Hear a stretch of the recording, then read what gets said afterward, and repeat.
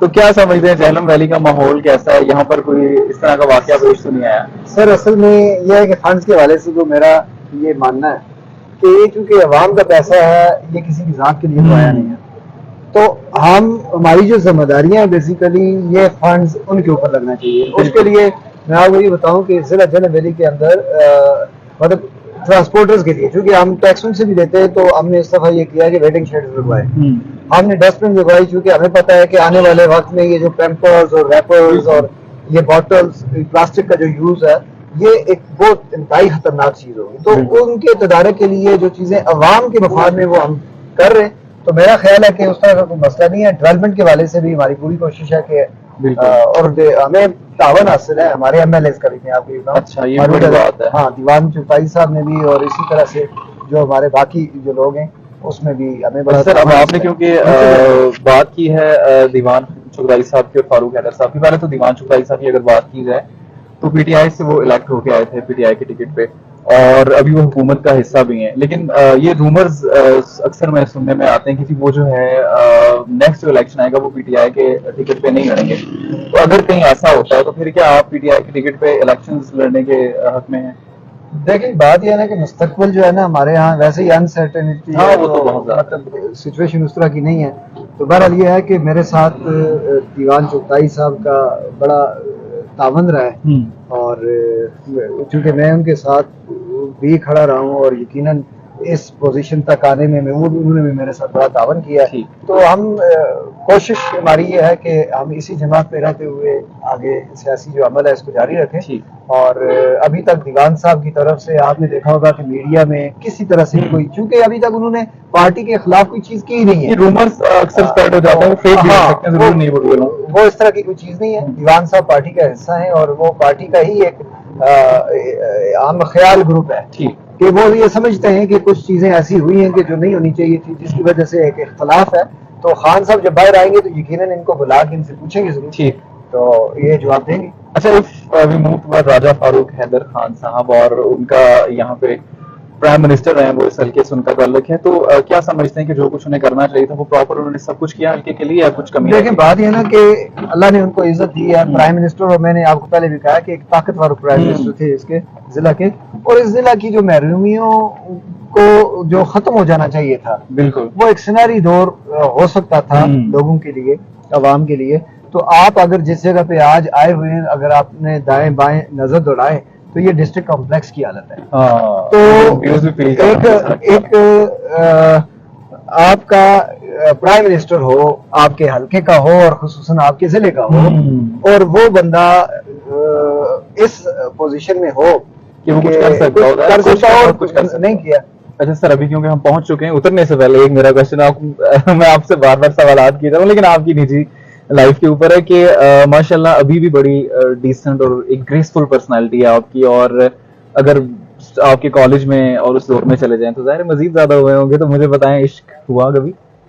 ہاں جی، عشق ہوا بھی اور عشق کامیاب بھی ہوا. اچھا آپ کی شادی ہوگی؟ اچھا سر دیٹس ویری گڈ کہ ماشاءاللہ، اور ابھی بھی ماشاءاللہ بڑی آپ کی اچھی پرسنالٹی، اور اللہ تعالیٰ آپ کو جو آپ کی خواہش ہے اس کے مطابق کام کرنے کی توفیق دے. پھر آئیے چلتے ہیں ہاسپٹل کی طرف. ٹھیک.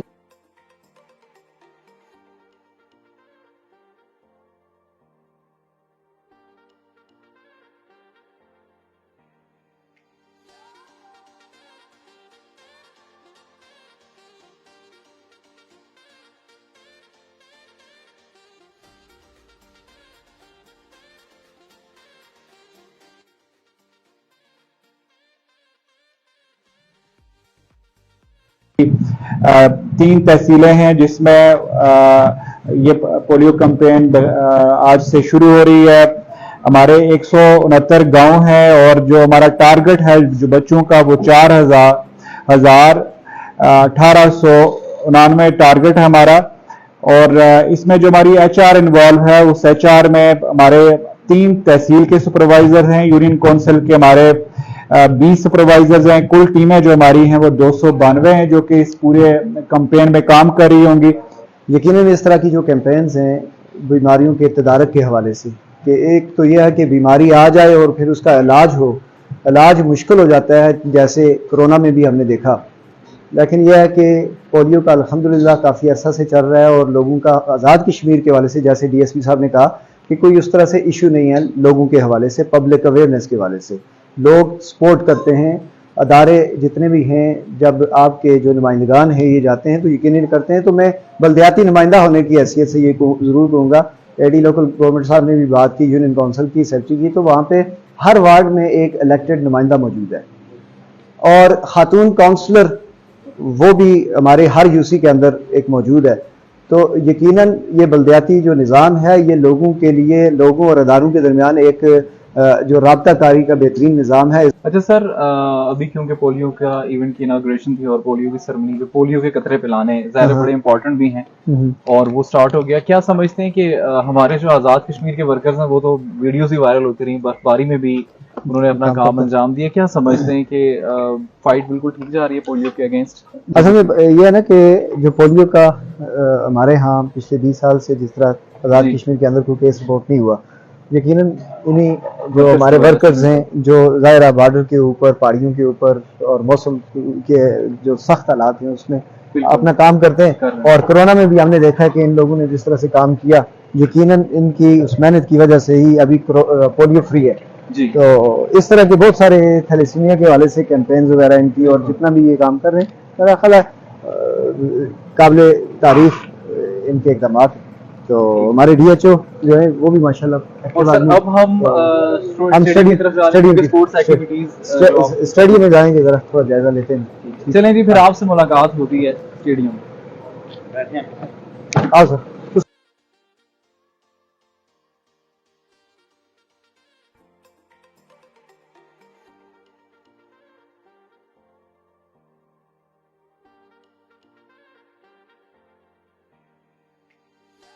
اچھا سر، کیونکہ ابھی ہم گراؤنڈ میں آئے ہیں، یہاں ہٹیاں والا کا جو گراؤنڈ ہے، مجھے یہ بتائیے کہ یہاں پر ابھی میں دیکھ رہا تھا مسائل ڈسکس ہو رہے تھے، اور بڑا صرف ڈسکس نہیں ہوتے بلکہ ان کے حل بھی آپ کو بتایا جا رہا ہے کہ اس کا یہ حل ہے.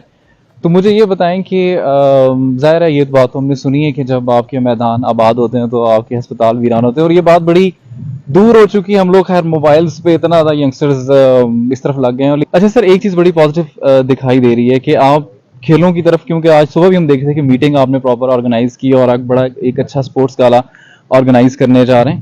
تو کھیلوں کی طرف اور گراؤنڈز کو آباد کرنے کی طرف اقدام آپ کے بڑے اچھے ہیں. آخر ایسا کیوں؟ بچپن میں آپ بھی کوئی سپورٹس میں زیادہ انٹرسٹ رکھتے تھے؟ اچھا جی، اصل میں پتہ ہے بات یہ ہے نا کہ آج کل کا جو دور جا رہا ہے، ہماری یوتھ جتنی بھی ہے یہ ٹیکنالوجی کی اور موبائل میں زیادہ ٹائم لگا رہی ہے. گیمز بھی ایسی پب جی اور پتہ نہیں کیا کیا کھیل رہے ہیں جی. تو اس میں یہ ہے کہ گراؤنڈ کی طرف پھر صحت کے بڑے ایشوز ہیں. تو اب یہ ہے کہ جب گراؤنڈز کو ہم اسپورٹس پروموشن تو ویسے ہی ہماری ذمہ داری ہے، وہ تو ڈسٹرکٹ کاؤنسل اگر میں بات کروں تو ہمارے ان جو 99 فنکشنز ہیں اس میں سمجھتا ہوں کہ ایک بہت بڑا، چونکہ جس کا ڈائریکٹ تعلق بچوں کی فٹنس سے بھی ہے، صحت سے بھی ہے، اور پھر یہ ہے کہ یہ سرگرمیاں ایسی ہیں کہ جس میں بچے سیکھتے ہیں. گراؤنڈ میں آ کے صرف کھیلتے نہیں ہیں بلکہ جو صبر ہے، پیشنس ہے بچوں کے اندر، اور اپنی ہار اور جیت کو کیسے وہ سیلیبریٹ کرتے ہیں، تو وہ دونوں میں فرق کیسے رکھتے ہیں. تو یہ اس طرح کی چیزیں آپ نے دیکھا ہوگا کہ آج کل ہمارے ہاں جو عدم برداشت زیادہ بڑھ رہی ہے. تو سپورٹس جو ہوتا ہے نا، سپورٹس کے اندر بچے کے اندر جو برداشت پیدا ہوتی ہے نا، چونکہ وہ ہر ماحول میں ہر طرح کی سچویشن کو وہ ہینڈل کرتا ہے. تو اس حوالے سے میں سمجھتا ہوں کہ ہمارا چونکہ کور ایشو بھی ہے، اور پھر یہ ہے کہ ہماری ذمہ داری بھی ہے کہ ہم بچوں کو گراؤنڈز کی طرف لے کے آئیں. کافی سارے لوگ بھی موجود ہیں، پلیئرز بھی موجود ہیں، یعنی کہ یہ گراؤنڈ جو ہے وہ پراپر یہاں پر کھیلنے والے موجود ہیں. انشاءاللہ جی امید ہے کہ بہت جلد آپ اس کو ڈیولپ بھی کریں گے. ابھی ہم لوگ میرے خیال میں یہاں سے بریک لیتے ہیں، چھوٹی سی بریک کے بعد دوبارہ ملیں گے آپ سے، اور پھر ہم آپ سے ملیں گے جسکول آبشار پر ہم جا رہے ہیں. آپ کو بلکہ انجوائے بھی کروائیں گے وہ ویو، اور اس کی ڈیولپمنٹ کے حوالے سے کیا رائے رکھتے ہیں وہ بھی آپ کو بتائیں گے.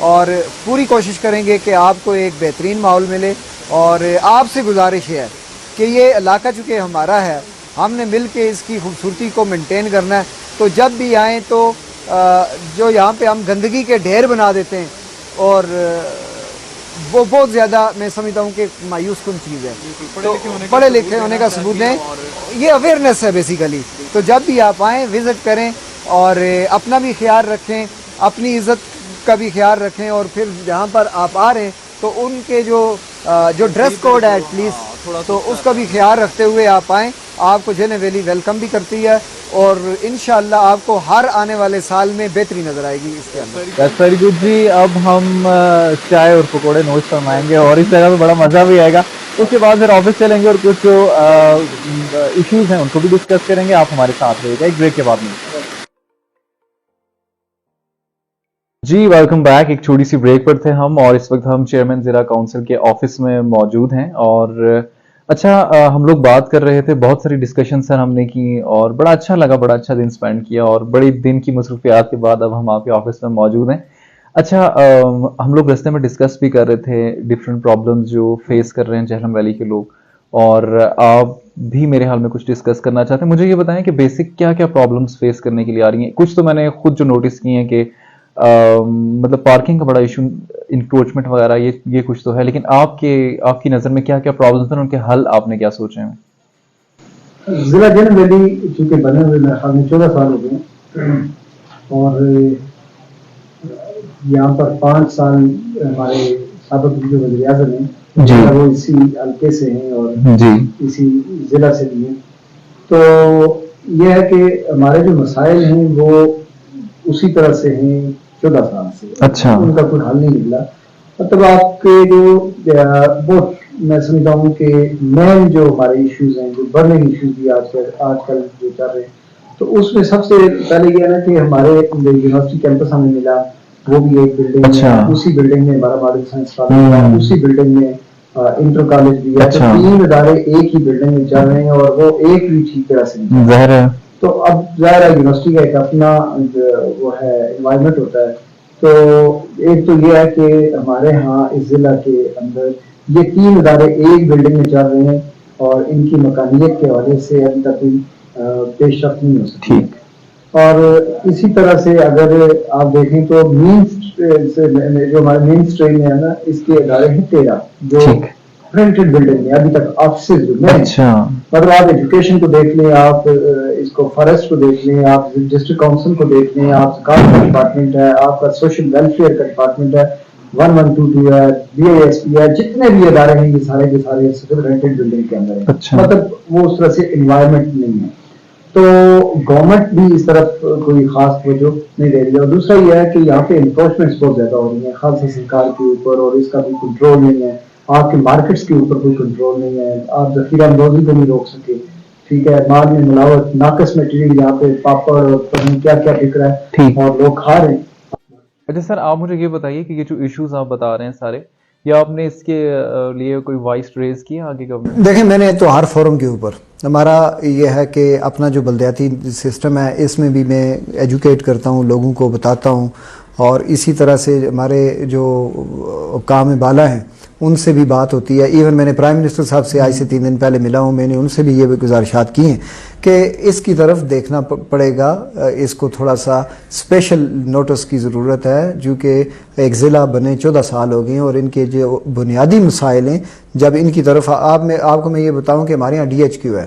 DHQ یہ سمجھ لیں کہ ریفر کرنے کا صرف ایک ادارہ ہے, جو جس کو صحیح طریقے سے درد ہوگا نا سر کا, وہ بھی آئے گا, اس کو بھی ریفر کر دیا جاتا ہے. تو میں یہ کہتا ہوں کہ یہ بنیادی سہولیات لوگوں کو ملنی چاہیے, اور اس کے لیے میں نے اپنے ادارے کے حوالے سے, اپنے دفاتر کے جو مکانیت ہے دفتر کی, وہ اس کے حوالے سے میں نے باقاعدہ تحریک کی ہے. ثانیوں کی تخلیق کے حوالے سے جو ہمیں وش لسٹ نہیں, ہمیں جو ریکوائرمنٹ ہے بیسک, وہ کم از کم ادارے کو دینی چاہیے. جب ہم ادارے ایٹ لیسٹ جو ہماری نیڈ ہے, چونکہ ضلع کونسل کا ایک اپنا ڈکرم ہے, اس کا اپنا ایک کام ہے, اختیار ہے, لوگوں کے لیے کچھ کرے. لیکن جب آپ کے پاس ایک ٹرالی نہ ہو تو آپ سالڈ ویسٹ مینجمنٹ کا پروجیکٹ کیسے کر سکتے ہیں؟ چونکہ آپ نے جب وہ کوڑا اکٹھا ہو رہا ہے، آپ ٹورزم کی بات کرتے ہیں لیکن کوڑے کے ڈھیر بازاروں میں پڑے ہوئے ہیں، تو جب آپ ان کا کوئی پراپر میکنزم 14 سال سے پیمپر جو ہے ہمارے علاقوں میں بک رہا ہے، اب گورنمنٹ کو یہ سوچنا چاہیے یہ جا کدھر رہا ہے، یہ دریاؤں میں جا رہا ہے، یہ ندی نالوں میں جا رہا ہے، یہ آپ کے جو چشمے ہیں جو صاف پینے کا پانی کا سورس ہے واحد یہ جو گاؤں ہیں ہمارے ان کے اندر، تو اس میں اس کو بہتر کرنے کے لیے کون انیشیٹو لے گا؟ یہ گورنمنٹ نے لینا ہے. تو لہٰذا ہماری یہ ہے کہ جو بیسک نیڈز ہیں اداروں کی وہ ان کو اکوپڈ کیا جائے، اور میری یہ ہے کہ کوشش یہ ہے کہ وسائل ہم ڈسٹرکٹ میں پیدا کریں تاکہ لوکل گورنمنٹ کا جو ٹرو ایسنس ہے اس کے اوپر کام کریں اور لوگوں کے لیے آسانی ہے. آج میں ہوں کل کوئی اور ہوگا. بالکل، لیکن جو نیا بندہ ہے ایٹ لیسٹ وہ اس طرح کے گراؤنڈ کریٹ کیے جائیں کہ جب وہ جائے تو اسے یہ نہ کہنا پڑے. ویسے تو اکثر ایسا ہوتا ہے کہ ہم لوگ الزام تراشی بھی کرتے ہیں پریویس لوگوں پہ، لیکن یہ کہ جب کام ہوا نظر آتا ہے تو پھر وہ میں یہ کہہ رہا ہوں کہ آج بھی سارے لوگ اکٹھے ہو جائیں تو یہ سارے جو مسائل ہیں ایسے نہیں ہے، یہ حل ہونے والے ہیں اور حل کیے جا سکتے ہیں. اور ایک چیز یہاں پر بہت زیادہ یہ بھی ضروری ہے کہ جو ہماری جو عوام ہے وہ بھی تھوڑی سی ایجوکیٹ ہو، اگر کہ وہ خود بھی تھوڑا سا اسٹیپ انہیں بھی لینا چاہیے. جو بیسک نیڈز ہیں ہماری، جو بیسک ہم گندگی ہم یہاں وہاں پھینک دیتے ہیں، تو اس پہ بھی تھوڑا سا اگر ہم خود ایجوکیشن کی دیکھیں نا، بات یہ ہے کہ پہلے آپ کوئی پبلک کے لیے کوئی ایسی چیز بنائیں گے تو ان کو یہ ایجوکیٹ کریں گے جی کہ آپ نے اس کو ڈسپوز آف ایسے کرنا ہے. دیکھیں میری بات سنیں، جب آپ کوئی سسٹم نہیں بنا رہے، لوگوں کو یہ کہیں جی کہ اس کو ڈسپوز آف کرنا ہے، اس کو کہاں کرنا، دریا میں کر دیں، مطلب ہمارے پاس چیز ہی نہیں ہے تو کہاں کریں گے سر؟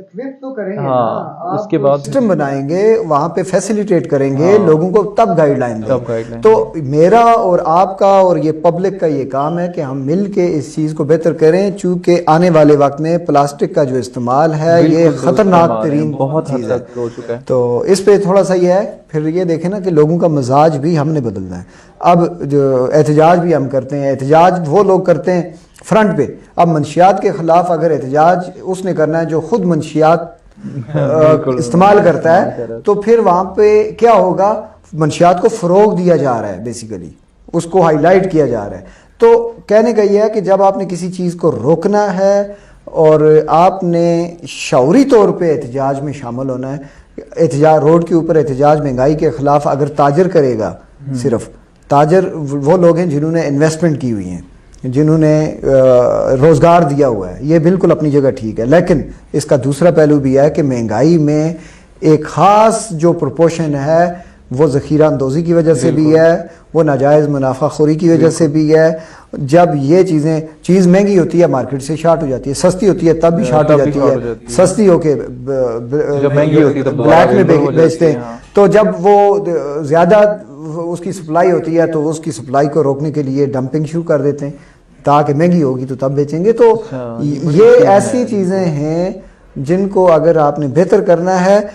غریب عوام ملاوٹ سے پاک احتجاج تب کرے گی جب وہ اس تاجر برادری جو یہ کام کرتے ہیں ان کے خلاف اور حکومت کے خلاف کرے گی، تو تب بیلنس ہوگا. ورنہ میں سمجھتا ہوں کہ احتجاج زیادتی ہے. اچھا سر، ہم لوگ ڈسکس کر رہے تھے ابھی پلاسٹک بیگز کے اوپر، تو اس کے لیے کیونکہ ہمارے پاس وقت اب بہت کم رہ چکا ہے، تو انیشیٹو لیا گیا تھا گورنمنٹ کی طرف سے کہ انہوں نے اس کو بین کیا تھا، لیکن اس کی ریپلیسمنٹ میں کوئی چیز مارکیٹ میں آئی نہیں. تو جب ریپلیسمنٹ میں آپ کوئی چیز نہیں دیں گے تو پھر اس کو بین کرنے کا تو فائدہ ہے. یہی میں کہہ رہا ہوں کہ صرف پابندی لگانے پہ آپ کام نہیں چلا سکتے، الٹرنیٹو دیں گے تو تب پابندی بھی لگے. میں بالکل درست فرما رہے ہیں. احتجاج کے حوالے سے، کیونکہ وقت بہت کم رہ گیا ہمارے پاس، احتجاج کے حوالے سے ابھی ہم بات کر رہے تھے. تو سر یہ جو ابھی چند دنوں پہلے احتجاج دیکھنے میں آ رہے ہیں بجلی کے بلوں کے خلاف اور باقی کچھ سبسڈائز اشیاء کے حوالے سے لوگ کہہ رہے ہیں کہ بھائی ہمیں سبسڈی دی جائے، اور آزاد کشمیر کے مختلف علاقوں میں اوور آل ہمیں احتجاج دیکھنے کو ملیں. تو اس حوالے سے آپ کیا رائے رکھتے ہیں؟ دیکھنے بات یہ ہے کہ جو سامنے جو مطالبات تھے میری نظر میں اس ضلع جہلم ویلی کے اندر بجلی کے بلوں کا کوئی اتنا بڑا ایشو نہیں ہے. ایوریج بل جو ہے نا 900، 1000، 1200 تک، 1500، 2000 تک ایوریج بل ہے. ٹھیک ہے. اب یہ ہے کہ یہ مسئلہ نہیں ہے ہمارا آٹے کا مسئلہ. آٹے کی ابھی تک سبسڈی موجود ہے، آٹا اسی ریٹ پہ مل رہا ہے جس پہ آج سے 4 مہینے، 5 مہینے، 6 مہینے پہلے مل رہا تھا، اسی ریٹ پہ ہے. اب انہوں نے سبسڈائز جو آٹا تھا اس میں کمی نہیں کی ہے،